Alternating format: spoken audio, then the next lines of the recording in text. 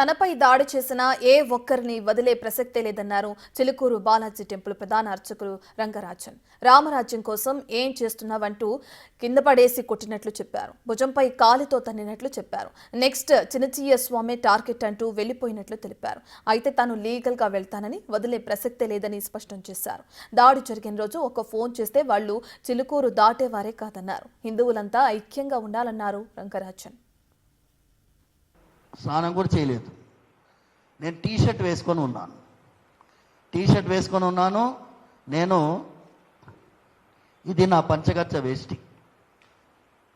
బాగా చూడండి, ఇది మడత పెట్టి కట్టుకోవాలి. కట్టుకోవడానికి 15 నిమిషాలు పడుతుంది.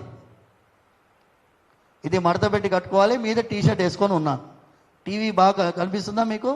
ఈ కచ్చం. నేను టీషర్ట్లో ఉన్నానయ్యా, స్నానం కూడా చేయలేదు. నేను ఎవరిని కలవలేను అన్నారు.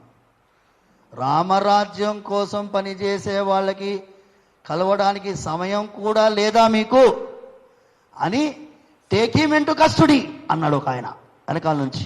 టేక్ హిమ్ ఇంటూ కస్టడీ అంటే నాకు ఏందో సిబిఐ ఆఫీసరో లేక పోలీస్ పెద్ద ఆఫీసరో ఏదో అనుకున్నా. వాళ్ళందరూ నల్ల ప్యాకెట్ నల్ల చొక్కా వేసుకొని ఉన్నారు. లోపల దెబ్బ వచ్చారు. నా కాళ్ళు పట్టి లాగారు.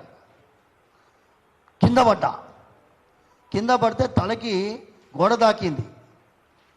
గోడ తాకితే నాకు అర్థం కాలేదు. ఆలోచించండి, కనీసం ఎంతమంది ఉన్నారో తెలియదు, 20 మంది కంటే ఎక్కువ ఉన్నారు. లోపల ప్రవేశించారు.